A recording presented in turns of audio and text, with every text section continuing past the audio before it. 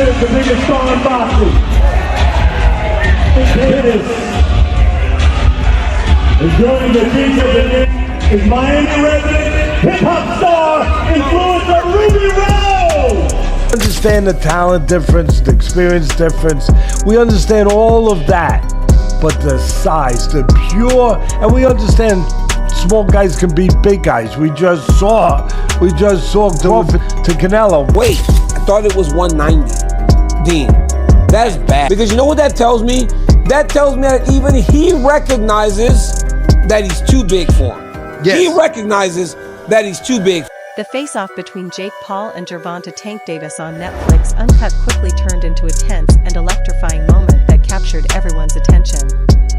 The atmosphere was charged with energy as Tank suddenly pushed Jake during the stare-down, signaling that this fight carried emotions far deeper than mere hype.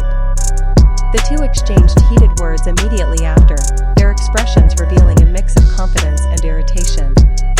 Many viewers were struck by the noticeable size difference, with some calling it shocking how small Tank looked next to Jake. At the end of the day, I gave this little guy an opportunity. He should be thanking me. I'm paying him. I'm his boss. He reports to me, and I'm gonna fucking son him on November 14th. So fuck you, little man. You pay me? Are you paying me? Yeah. 100%. 100%. Facts. Correct. Yes. Correct. Correct. I'm your daddy. Teddy Atlas, the veteran boxing trainer and commentator known for his sharp analysis, weighed in on the face-off between Jake Paul and Gervonta Tank Davis, immediately zeroing in on the glaring size difference between the two. To Atlas, the disparity wasn't just noticeable, it was overwhelming.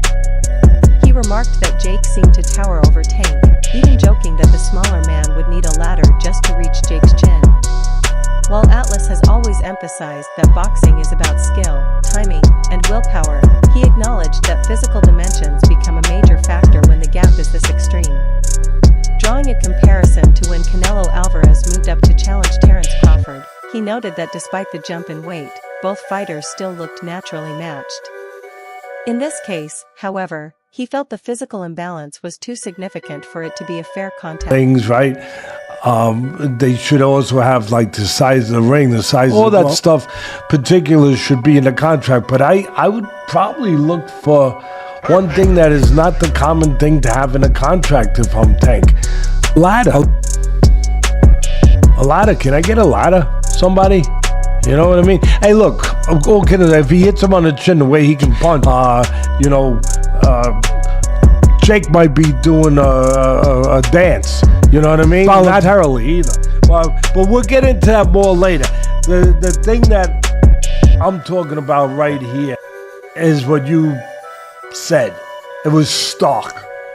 The size was really, you couldn't ignore it. We understand the talent difference, the experience difference. We understand all of that. But the size, the pure, and we understand small guys can beat big guys. We just saw Crawford do it to Canelo, but you know, a little different. The size difference. I mean, it was eye-catching, jaw-dropping, and it made me think. And I'm gonna ask Richie, our man here who's doing all the taping, who does such a marvelous job. I'm gonna ask him because I know he's expert in this area. But it reminded me of one of the Rocky movies where they did the wrestling thing with Rocky and Hulk Hogan, aka Thunderlips. There's Thunderlips back there, and I thought I had it right, and it was confirmed to me. It's Rocky 3. Greg Hackett, a respected boxing coach and trainer, shared his thoughts on Gervonta Davis's approach and expressed strong confidence in Tank's mindset. According to Hackett, Davis remains unfazed by the noise surrounding the fight and isn't swayed by the hype generated by Jake Paul's promotional team. He emphasized that Tank knows exactly what he wants and how to get it. Inside reports from Davis's training camp support this view, revealing that he's been preparing with intense focus and It's something for you to do, try to keep you fresh and this and that, keep your name hot. You got to stay in the algorithm. It's just a lot of pressure on fighters. And I feel like Tank being at, what is he, 30 years old? And you got kids. What people forget about is it come a time in a man's life where he just wants to slow down. You know what I'm saying? We can't all run around like we used to back in the day. I mean, that's tough to do. Sometimes you just want to sit down, enjoy your fruits, And I feel like that's what he going through.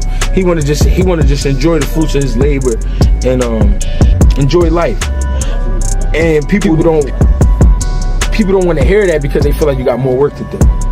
But it's his life. Observers at recent media events noted how composed and steady Gervonta Tank Davis appeared, focused yet calm, clearly aware of the stakes ahead. For Tank, this fight is about more than fame or a paycheck. It's a chance to make a statement that he can step onto any stage, under any spotlight, and still perform like the elite fighter he is. A victory here could significantly boost his presence in mainstream circles, earning him the kind of attention typically the press conference, and you can tell, you can just look at him and tell, like, no, this dude wants his money for sure, because there's so much money out there to be had. But better be not playing around, man. Not get cute, not play any games. Don't hit him in the back of the head, rabbit punch him. Don't do any of that stuff, man, because Mike Tyson, first of all, a lot of people think Mike Tyson was pulling punches on Jake Paul, and a lot of people think that Anderson Silva was pulling punches on him. You're not gonna have a little Gervonta out there pulling punches on you, man, if you're out there playing games. So, I don't like the fight at all. However, as far as it being an entertaining situation, I almost guarantee you that fight itself is going to be, that it's going to be something that you look at and you're going to say, man, everybody's going to watch it. Everybody's going to want to know what happens. But at the same time, it's kind of like what people think, when you see a car crash, like you're driving down the road and all of a sudden gets heavy and you're like, man, I'm going to be in traffic for a long time. And then you drive forward a little bit and then you see some accident on the other side of the road and everybody just slowing down to watch. That's the type of entertainment that you can expect from this fight between Gervonta Davis and Jake Paul. Observers at recent media events noted how composed and steady Gervonta Tank Davis appeared, focused yet calm, clearly aware of the stakes ahead.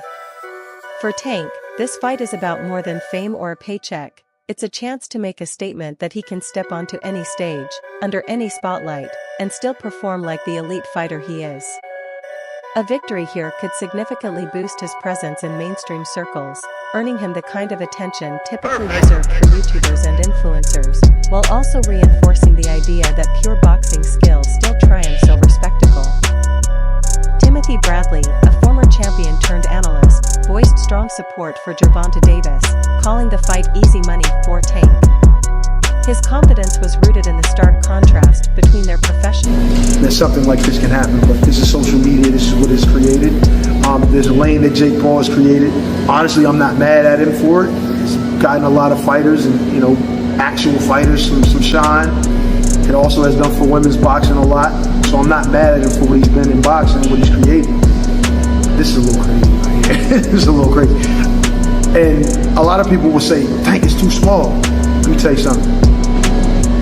Anybody that gets in the ring with Tank that is not a damn dinosaur is going to feel something from it.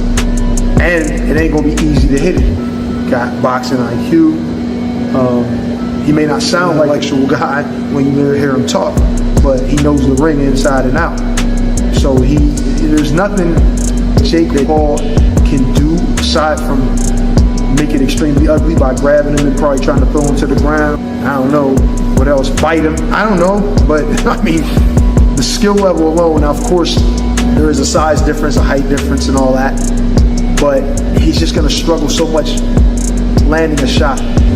It's just going to look bad to me. This is the way I see it. It's going to look bad. Tank is going to be too fast. And the punch, I believe, I'm not saying it's going to knock him out but he's going to feel it. Experiences. Bradley highlighted that Davis has spent years battling high-level opponents who understand the rhythm, danger, and demands of true championship boxing, while Jake Paul has only faced a handful of professionals, many of them retired athletes or crossover celebrities. Though he praised Jake for his work ethic and for bringing attention to the sport, Bradley emphasized that stepping into the ring with someone like Tank is an entirely different experience. He pointed to Davis's ring IQ, timing, and composure under pressure as signs of a far more seasoned and dangerous competitor. In Bradley's view, the outcome will reveal the difference between natural-born fighters and latecomers to the sport. While Jake may hold a size advantage, Bradley believes his limited skill set will be exposed the moment real